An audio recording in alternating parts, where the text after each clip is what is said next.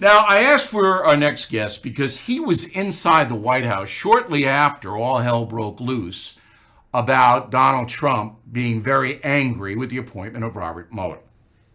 You know this guy, pop him on up.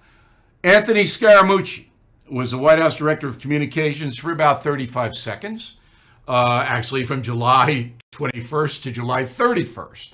But in those 10 days, Scaramucci had an amazing impact on the country. But I want to talk about, we'll get to the wider view in a moment.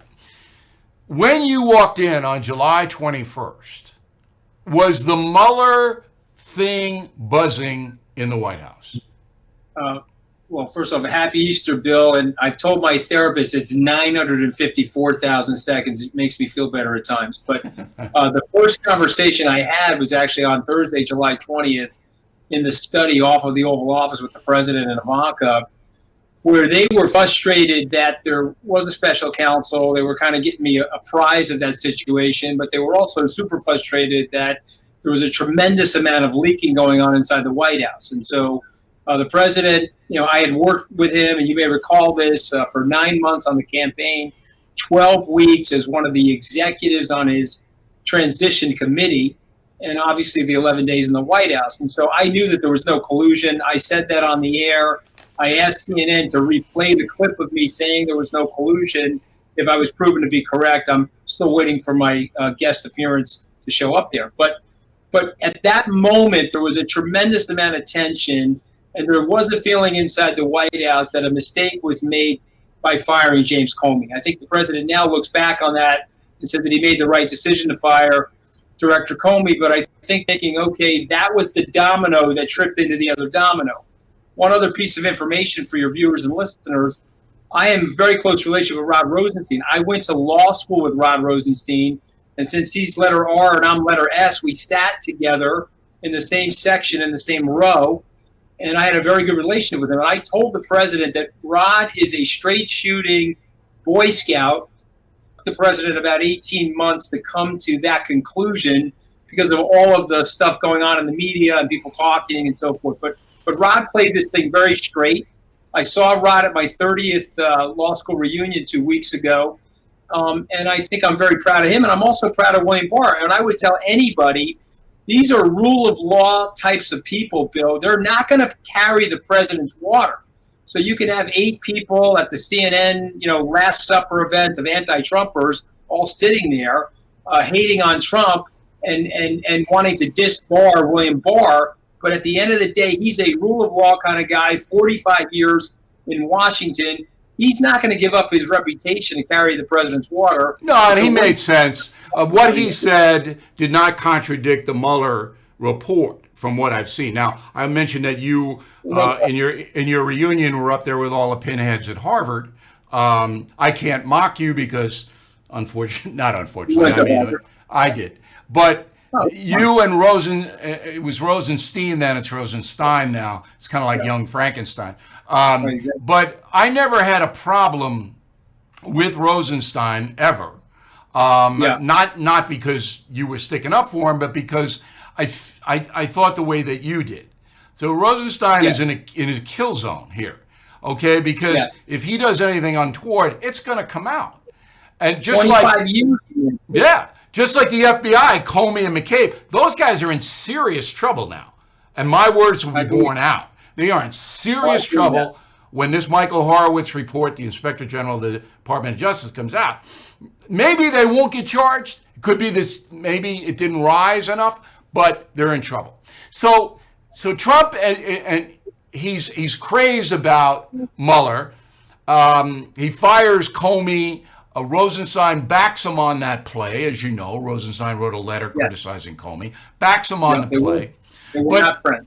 From what I saw in the Mueller report, the Comey thing was secondary to the McGahn thing. And so my next question is, did you know Don McGahn? Did you see that there was tension between him and President Trump about Mueller? Yeah, well, I knew Don McGahn on the campaign, and I'd gotten to know him a little bit in the White House, but I also respected him. And I think Don's legacy is going to be a couple of things. One, he helped the president get all those judges appointed, including the 2 Supreme Court guys. And number two, I think Don McGahn gave the president very good advice. He said, let this thing play out. And of course, the president was concerned because he's a business person. Remember, that was only 6 months into his presidency, and he's seen what goes on in Washington. And so he was a little worried that they were going to politically manipulate the situation. And so I applaud Don McGahn. I don't know him super well, Bill, so I'm not a guy to make things up. But I applaud him in this instance where he told the president, and he gave him very, very good advice. And thankfully, the president stuck to that advice. Yeah, he took it. Because if he didn't take it, he would be impeached right now. He'd be in trouble. But I want to advance the story a little bit. I want to advance it a little bit. Okay, so you have a president who doesn't like to be criticized at all, ever. And when he is criticized, and when you read my book, The United States of Trump, you'll see this goes back to when he's 3 years old. Okay, he lashes out, and sometimes that clouds his thinking. All right, so Donald Trump's thinking is clouded sometimes when he's lashing out at people who have insulted him or done something that he feels is wrong.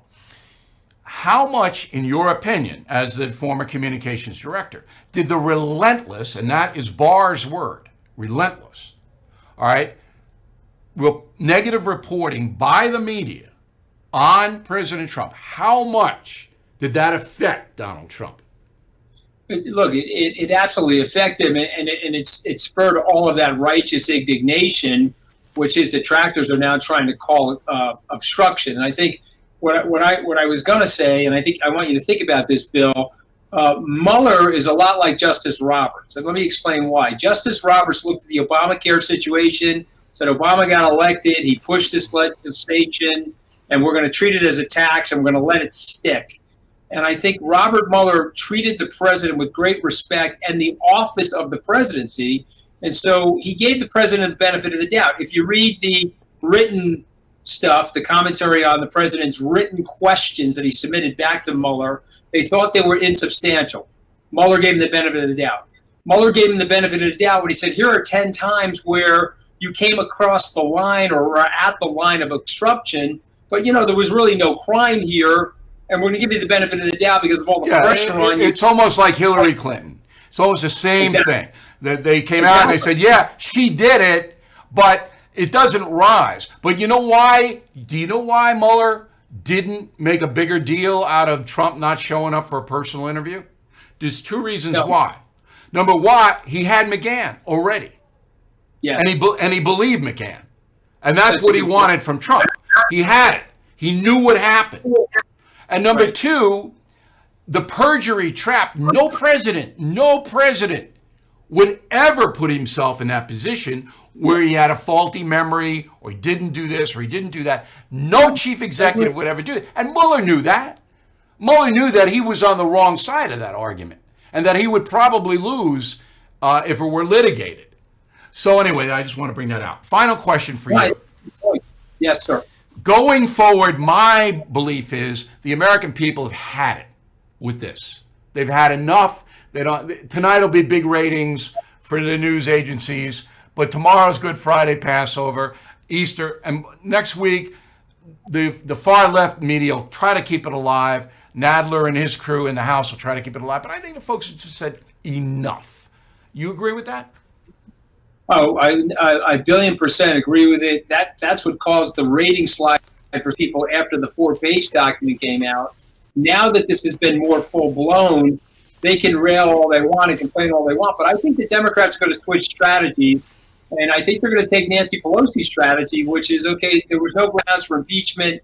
Let's play on the facts here. Let's try to beat him in the ballot, in the election in 2020. But Bill, one other quick point. I think it's very important for your listeners. At the end of the day, the president's legal team, someone's going to write this 50 years from now, gave him very good advice and kept guardrails on him despite that righteous indignation, despite that criticism reversal that he likes to give people, as you're describing in your book. And I think that legal team, there's going to be a case study somewhere at a law school that describes what that legal team did and how critical people were of that legal team while it was happening. But in the end of the day, the final analysis, they did a very good job for the president. All right, you're killing me with the end of the day business, Anthony. You got to get that out of your repertoire. But are you including? All right. Are you including Rudy Giuliani in that? I am. I'm going to explain to you why. I have a theory on that. The president saw Mayor Giuliani as a heat shield. Anytime Giuliani was out there saying cuckoo la la things or diversionary things, he was taking pressure off the president, and the media attention was on Rudy and some of the erraticisms of what he was saying. Now, a lot of people say, well, that wasn't planned and that was all impromptu and possible Tourette's syndrome. I don't believe that. I think a lot of that stuff was premeditated, Bill, and I think the president knows that, and that's why the president let him go with that. And I think you'll see that was part of the strategy. All right, Anthony. Always interesting. Anthony and I live nearby on Long Island, and the town doesn't know what to do with us. Yeah. And I really appreciate it. I hope you become a regular on BillO'Reilly.com, and your insight is very good. All right. Happy Easter I'm a huge fan. Thank you. I appreciate that, Anthony. Thank you.